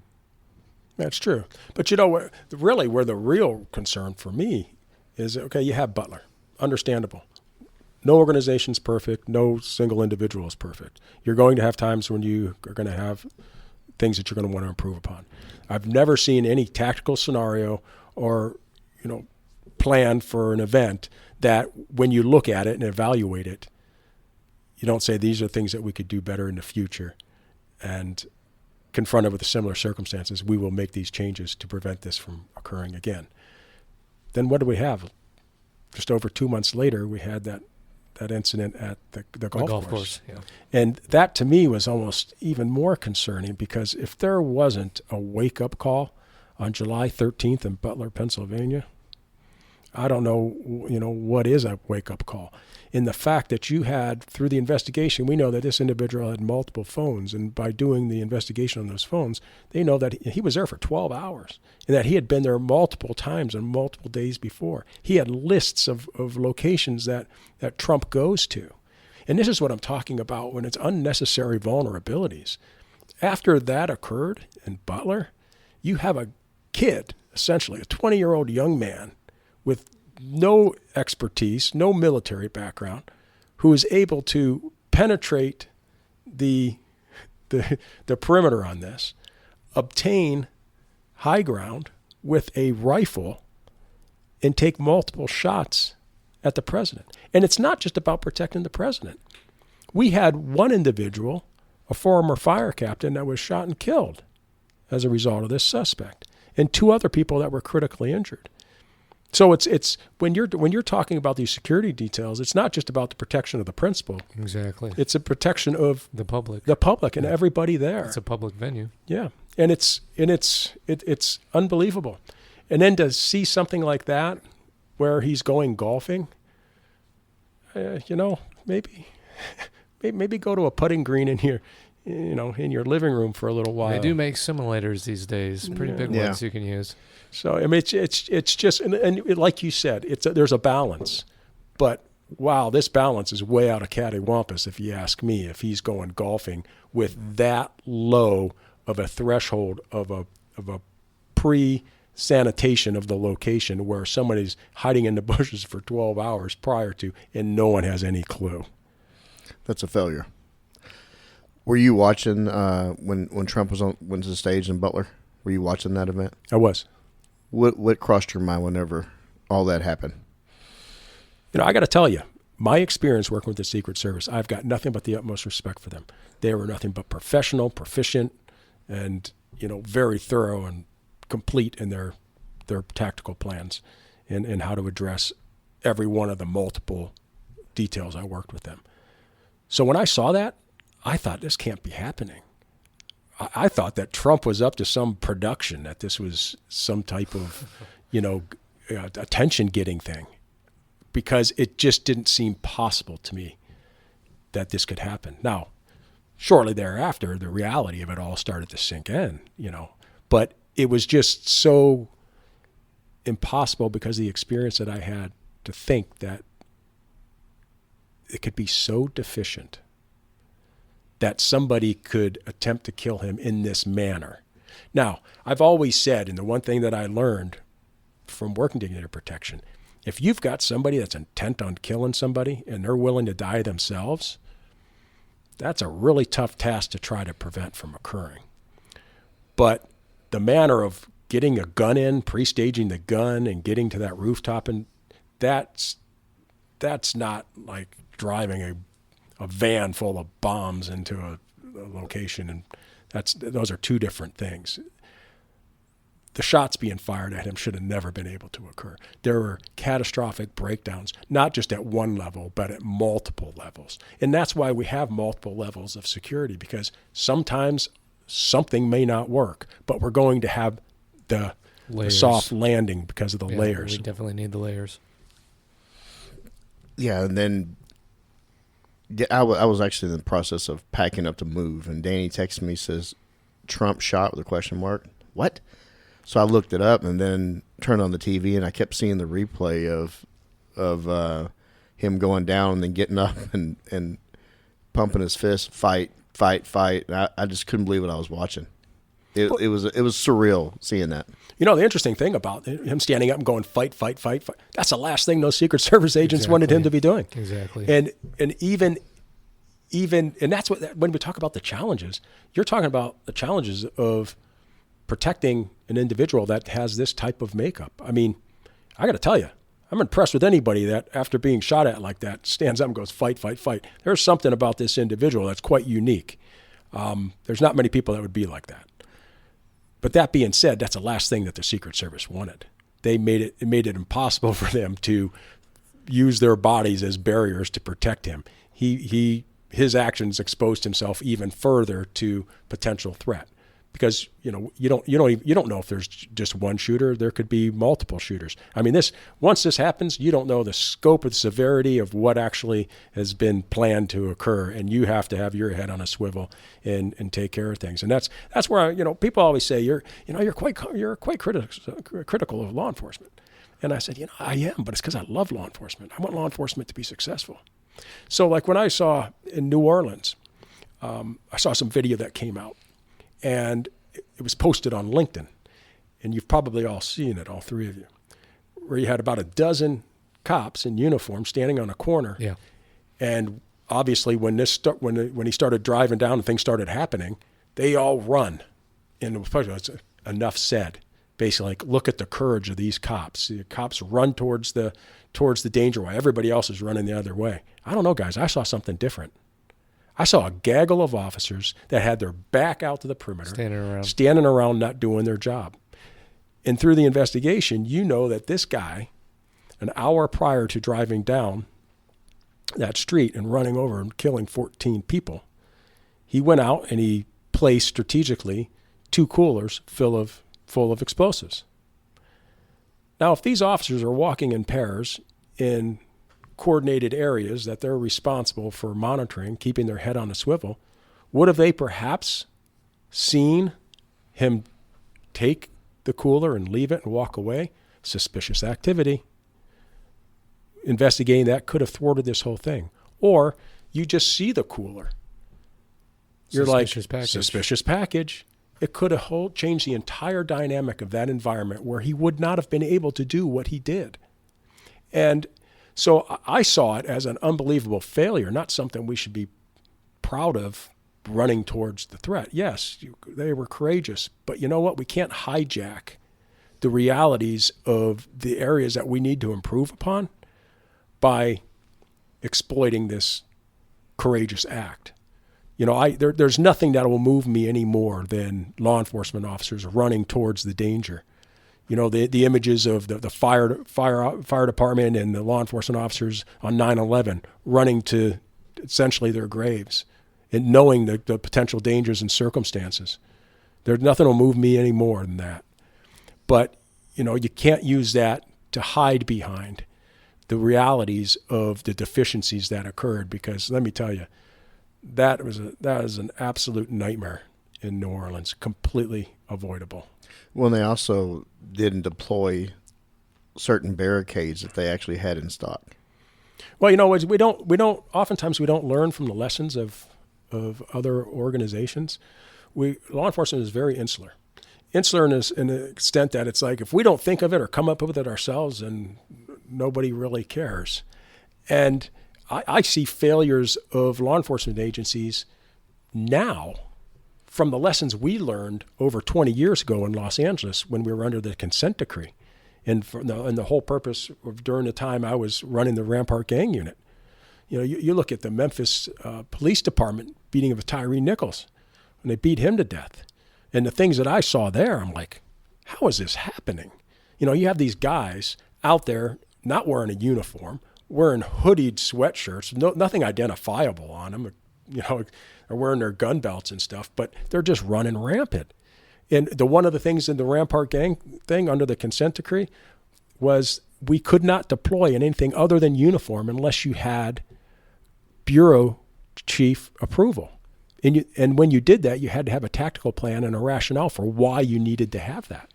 Now, if you watch that video of the Tyree Nichols beating, there's an officer that to the second location shows up and kind of looks around, puts up his hoodie, goes over and kicks him in the head a couple times. It's all about anonymity. And it's the psychology of it all. When you feel that you're more anonymous, then you're more likely to do things that you wouldn't otherwise be inclined to do. That's why so many people can attack somebody on a computer screen and say whatever you want about them because you're not in front of them. Right. And a lot of people, a lot of the protesters now, and people go out and that's their right to protest, but a lot of people wear masks, so they are anonymous. Yep. And their behavior can kind of, they're getting hide behind their anonymity. And it's true. And the thing about it is we as law enforcement officers, we're not immune to the psychological impact of that perceived anonymity. We're not. And we need to make sure that our oversight and management practices are robust enough and actually insightful enough and inquire enough to prevent these things from occurring. And when I saw that, it just jumped out at me. Like, wow, we learned that decades ago. And they're doing the same thing that we were prohibited to do through the consent decree. Why? Because a lot of people don't like consent decrees, and I can only speak to my personal experience with the consent decree in LA. We needed one. I mean, we've already spoken about the extent of the corruption and stuff that was going on. Did it change culture enough there? I mean, is that still in place where it had a lasting effect, or from what you know? It did. Okay. It absolutely did. Yeah. It changed the entire mindset and the strategic imperatives on how we address moving forward in our crime fighting strategies. And it wasn't about, the force and the intimidation and raw numbers of arrests and stuff. It just wasn't. And, like when I ran the Rampart Gang Unit, I didn't want arrests. Arrests were mildly interesting to me. What I was more concerned about, it wasn't the number of arrests you made. It was how many filings do you get? What kind of conviction rates do you have? How much time are these people being convicted to spend in prison? And we went after the shot callers, the people that were impactful and controlled the violent crime out on the streets that the gangs were, very responsible for. And because, truth be told, there's always some gang wannabe, a gang associate. You can rip those off. You could rip off 100 of those, and there's 200 waiting to replace them for the furtherance of the gang. And that's not going to, numbers, it looks great, doesn't it? You may get a lot of dope off the street and stuff, but that's not really our function because we have narcotics to worry about the dope. We need to be hitting these heavy hitters, shot callers, who are the gang's leaders. And that's what we did. And it completely changed the whole mindset and the paradigm in which we had our measures of effectiveness in determining how well we were doing the job that we were doing. And it ultimately became the model that all gang units within the Los Angeles Police Department began to exemplify. I kind of got us off topic there with that last one, so let me snap us back here. Thoughts on the inauguration as far as security? Like, what should we be looking at, or we expect Secret Service and the rest of the agencies to be doing? What are going to be some of the challenges? Well, the challenges are that, the general public thinks that at noon on January 20th, we're going to have the inauguration and the swearing in, and that's what occurs. It's not. There's a lot going to be going on in the next few days. Tomorrow on Saturday, the 18th, there is a fireworks display at one of Trump's golf courses over in Sterling, Virginia.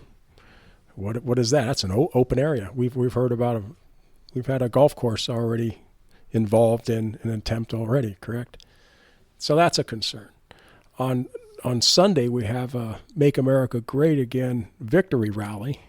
That's going to be in the Capital One Arena in Washington, D.C. That's where the NBA Wizards play. So that's about 20,000 people that holds. And what makes that concerning is they're giving away tickets of 2 to people first come, first serve. So you're going to have 50,000, 60,000 show up. Yeah, you're going to have a lot of people showing up. You're going to have a lot of people that are angry they didn't get in. And the people you got in, if they're just randomly giving them away, how do you monitor who's getting in? These are all the things that I have to have confidence. They're addressing and assessing these potential threats and maximizing their ability to ensure and sanitize that arena is going to be safe for everybody that's going to be there. Because, this inauguration, it's not just about Trump. Our greatest business leaders are also attending. You got Bezos and Musk. Elon Musk, and I mean it's. I mean, can you imagine? Cabinet members. Yeah. I mean, can you imagine if something happens there? But listen, they're all hands are on deck, from the Secret Service to all the federal agencies that are going to be involved. There's over 4,000 police officers from other states that are coming in to assist, and I just want to assure that the American public that they've got this. They've got this, and this is an opportunity for the Secret Service to shine, and I'm confident that they're going to shine. 4,000 officers from other departments sounds like a communications nightmare to me. Yeah, wait, possibility of something going wrong, right? I do agree, and that's wherein lies the issue, because logistically speaking, you may have radios that aren't exactly they don't work. Guaranteed. No crosstalk. Then, hey, just stand here and be present. Well, hey, there's 4,000 people on one radio channel too, or maybe like 3, because I don't even want to get into all that. Yeah, all that's true. All those things are the challenges, and that's kind of what we're talking about. This day and age, because of all of the threats, and with technology, the potential threats, whether they're domestic or international, the amount of people that have to be involved make what you're talking about, the logistics of just the communication, because communication is what I'm telling you is crucial. That's I don't care if you have everybody there, but no communication, you're going down a dark hole. That's not going to work out very well. And so, yeah, but I just have to believe, because I know the professionalism and I know the character of the Secret Service and the personnel there. I believe that they're going to shine, and this is their opportunity to put those speed bumps behind them and show what they're capable of doing. And I'm very certain. I think Donald Trump is a changed man when it comes to listening to those around him, and especially when it comes to his security and safety. He did heed their advice and stop doing all those outdoor rallies and things. So I'm confident that it is going to go well, and it's going to be something we can learn from in a positive way. His first go-round, Danny and I were still fairly new in SWAT at that point, and we were doing a lot of the dignitary stuff when he was coming.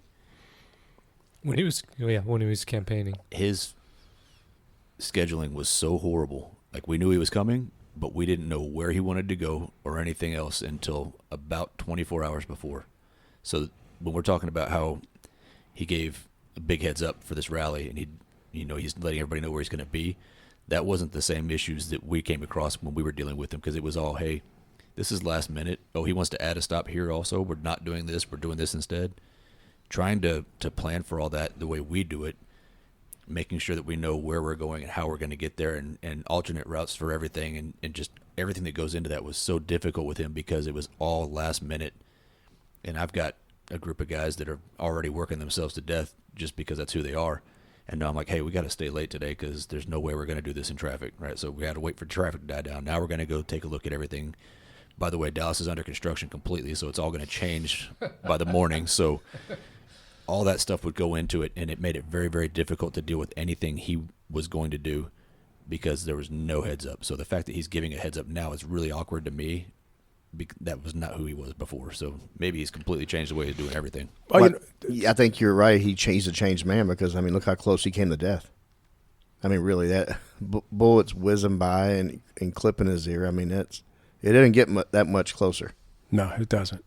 And the release of information to the law enforcement agencies, sworn to protect, it gives some challenge, but it's also a good thing because, unfortunately within our law enforcement agencies, like when we would serve high-risk warrants, we never did our briefing at the division of the occurrence where we were going to be serving it because of the fear that some employee, whether it's a sworn or civilian employee, may release some information to the people that are the suspect or subjects of our warrant. It happens. And it does happen. So the fact that they're not giving that information,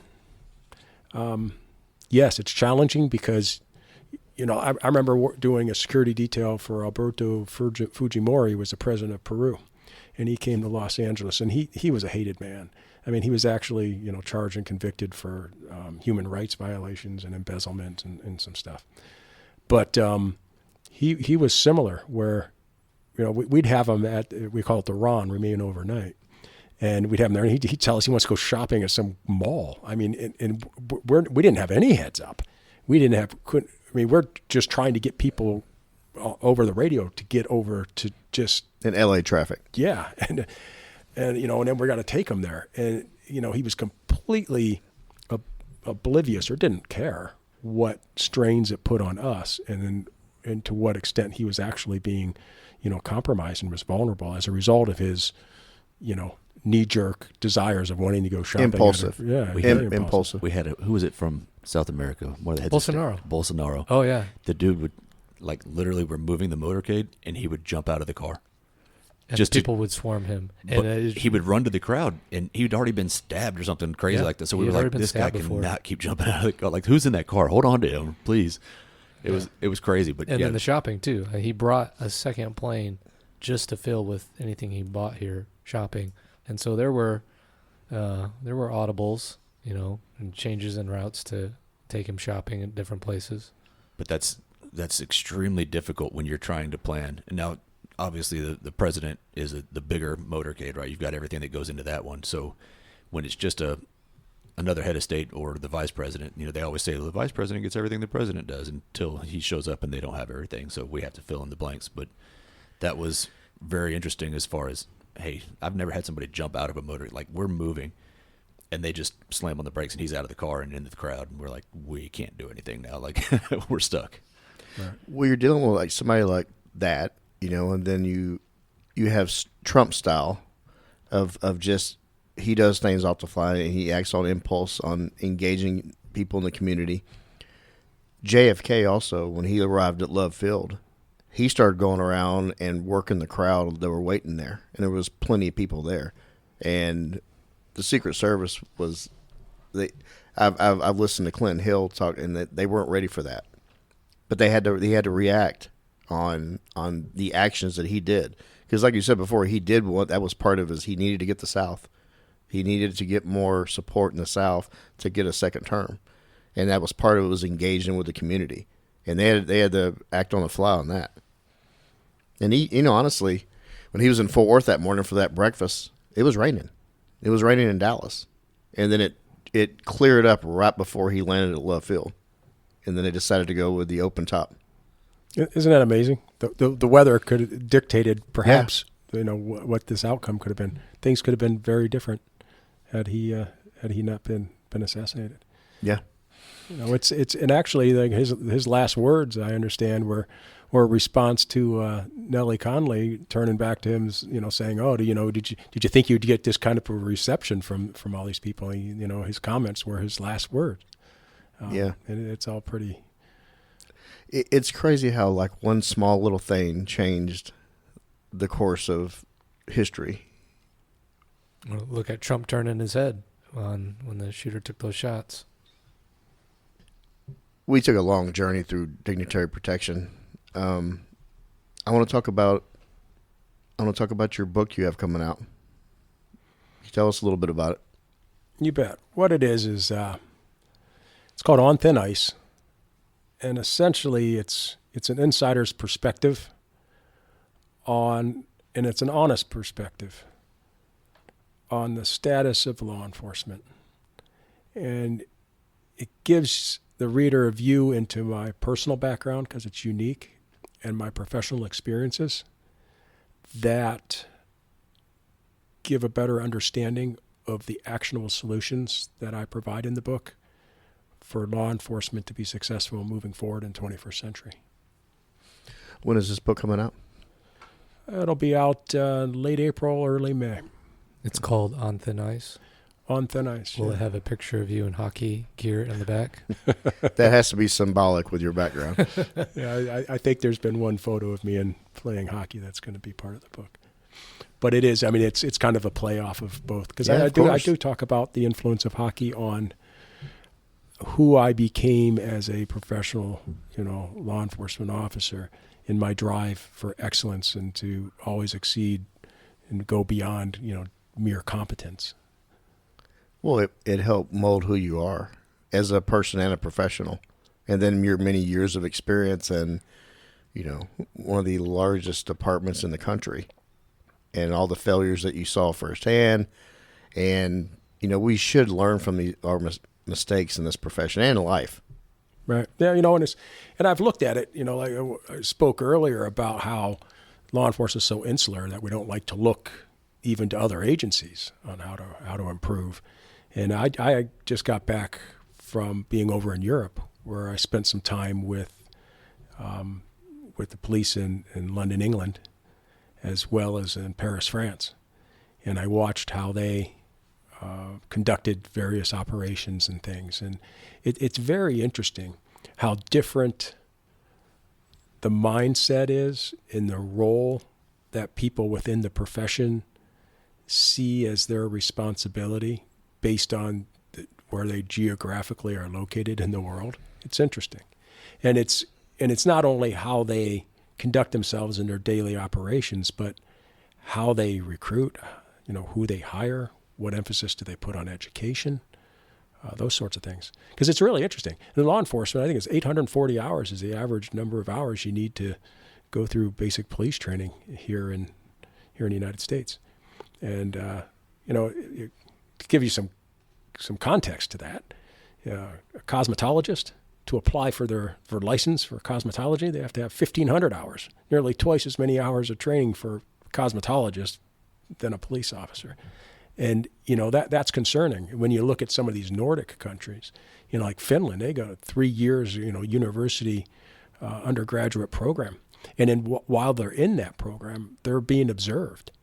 And not until they're done will they know whether they have a job or not, because they will determine, based on what their observations are, their ability to adapt, their ability to learn, their ability to be open to new ideas and things like that are all being assessed during that process to try to determine who's the best option for someone that's going to maximize their ability to be successful as a law enforcement officer.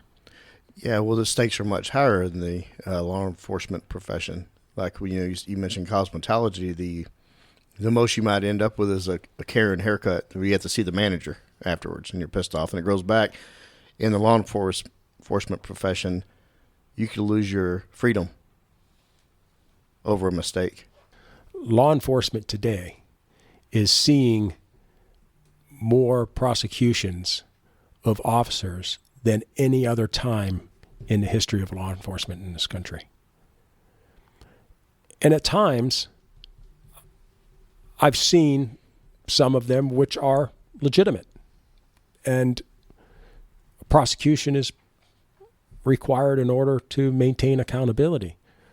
But we also have the instances where police officers are being unjustly prosecuted and their lives being destroyed. And we need to find the balance there.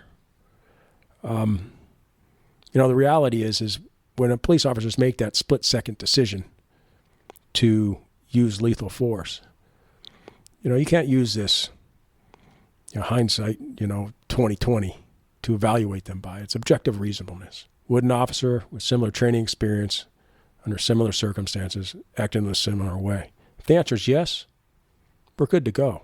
The question isn't, I would have preferred that they have done this, so then therefore, that's not the standard that has to be met.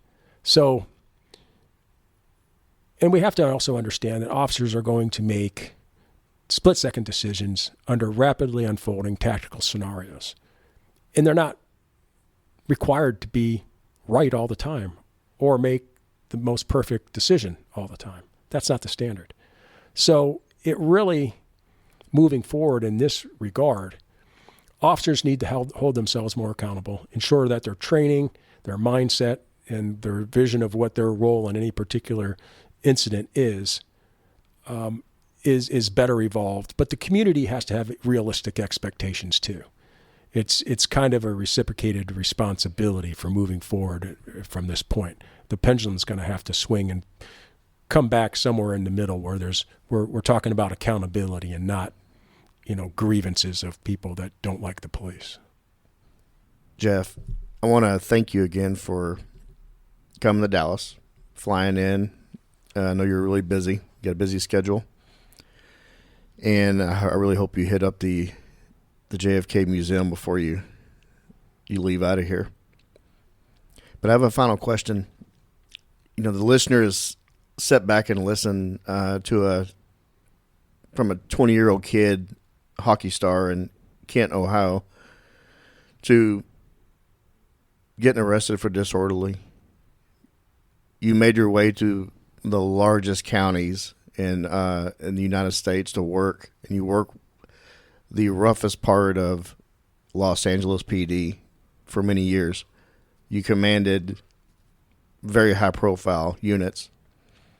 You've started up a consulting company, and now you're actually going to come out with a book that's hopefully leaders and officers can learn from. You're in a different phase of your law enforcement career. You're retired, but also you're giving something back for the future of law enforcement. What do you want to do to further this profession that you love so much? What I would say is my 33 years of experience in law enforcement, I see that no different than when you send an officer off to specialized training school. When they come back, you want them to share everything that they learned with their peers so they can also benefit from what was learned and taught. And that's how I view my current position right now as a retired law enforcement officer with 33 years of experience. I have a vast amount of experience, whether it's in specialized unit operations, it's in the use of force, primarily lethal force, and in police management best practices in the reduction of liability for not only officers but the organizations in which they work for. So as the founder and CEO of Law Enforcement Consultants, I not only provide, and my employees provide, expert testimony in use of force cases, but we also work with officers that may find themselves being depositioned in cases where they're being held to task because they've been charged with a crime for actions they've taken while on duty. Oftentimes, gentlemen, unfortunately, officers aren't prepared very well. Not every city and organization has the wherewithal or the resources to prepare them for these depositions. And I would say approximately 85% of depositions lose the case in the deposition because officers are unable to articulate when they can actually use lethal force. And we pride ourselves in trying to help support those officers and preparing them to do as best as they possibly can in depositions. But we also consult organizations, law enforcement organizations, that don't necessarily always have the internal knowledge or insight to successfully get through a critical incident. Over 70% of law enforcement agencies in the United States police communities of 10,000 or less. And they may have, throughout their entire existence, never had one officer-involved shooting, but the one that they have is a very controversial one. And the chief of police has no idea how to manage that. And it's post-incident management of incidents requires a great amount of insightful leadership. And unless you've done it and seen it and worked through it, you're going to struggle. So my commitment is to bettering law enforcement through consultation to not only officers and organizations, but preparation of use of force cases and all those sorts of things that's going to help law enforcement move in the direction it needs to be successful moving forward.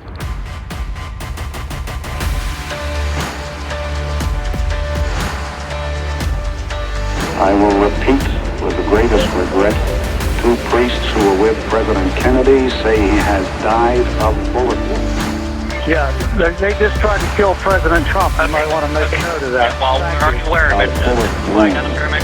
This is the latest information we have from Dallas. A flash from Dallas. 2 priests who were with President Kennedy say he is dead.